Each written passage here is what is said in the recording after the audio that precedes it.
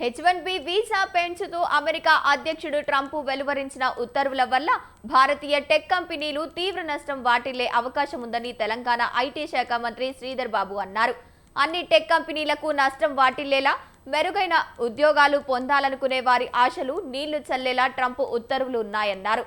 ఈ విషయంలో కేంద్ర ప్రభుత్వం ఎందుకు మౌనంగా ఉంది, దౌత్యపరమైన ఎందుకు చర్యలు తీసుకోవడం లేదని ప్రశ్నించారు. ఒక్కొక్క వీసాపై ఏడాదికి ఆ కంపెనీస్ ద్వారానే ఆ కంపెనీస్ చిన్న పరిశ్రమలు కానీ పెద్ద పరిశ్రమలు కానీ $1 లక్ష కట్టాలంటే భారతీయ టెక్ కంపెనీలపై ఎంత నష్టం వాటిల్లుతుందో ఒకసారి కేంద్ర ప్రభుత్వం ఎందుకు ఆలోచన చేస్తలేదు? కేంద్ర ప్రభుత్వం ఎందుకు సైలెంట్ గా ఉంది? ఈరోజు ప్రివెంటివ్ డిప్లొమసీ ఎందుకు ఆచరణలో పెట్టలేకపోయారు? ముందస్తు దౌత్యపరమైన అంశాలని ఈరోజు వారు లేవనెత్తలేకపోయారు.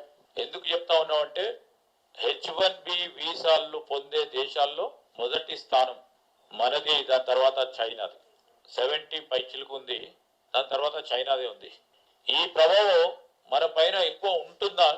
ట్రంప్ తీసుకునే చర్యలకు సంబంధించి అమెరికా ప్రభుత్వంపై మరి ఒత్తిడి తీసుకురావటమా, సంప్రదింపులు చేయటమా, సమస్యను పరిష్కారం చేయటంలో కేంద్రంలో ఉన్న బీజేపీ ప్రభుత్వం పూర్తి స్థాయిలో విఫలమైంది.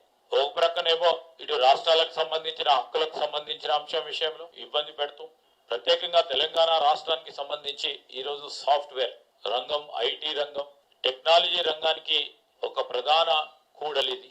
అమెరికా తీసుకుంటున్న అనేక నిర్ణయాల వల్ల మాపై ఈరోజు తెలంగాణ ప్రభుత్వంపై, ఈరోజు ప్రత్యేకంగా దక్షిణ రాష్ట్రాలపై పడతా ఉన్న ప్రమాదం గురించి ఆలోచన తీరిక లేదా వారికి అని అడుగుతా ఉన్నాం. ఇప్పుడు అక్కడ చాలా మంది వీసాదారులు ఉన్నారు, H1B వీసా పొందిన వారు. వారికి సంబంధించి రేపు రాబోయే కాలంలో వారి ఆ ఎక్స్టెన్షన్ కు సంబంధించి కానీ మన వీసా మన దేశానికి మన రాష్ట్రానికి సంబంధించిన వీసాదారులకు కానీ మినహాయింపులు పొందించడంలో ఎందుకు విఫలమైంది? ప్రధానమంత్రి గారు, అదేవిధంగా విదేశాంగ శాఖ మంత్రి గారు ఈ సమస్యను, ఇదో ప్రధానమైన సమస్య, దీన్ని వెంటనే మరి వారి దౌత్య సంబంధాల ద్వారా పరిష్కార మార్గాన్ని ఏర్పాటు చేసే కార్యక్రమం చేయాలి. H1B వీసాకు సంబంధించి ఒక్కొక్క వీసాపై ఏడాదికి ఆ కంపెనీస్ ద్వారానే ఆ కంపెనీస్ చిన్న పరిశ్రమలు కానీ పెద్ద పరిశ్రమలు కానీ $1 లక్ష కట్టాలంటే భారతీయ టెక్ కంపెనీలపై ఎంత నష్టం వాటిల్లుతుందో ఒకసారి కేంద్ర ప్రభుత్వం ఎందుకు ఆలోచన చేస్తుంది?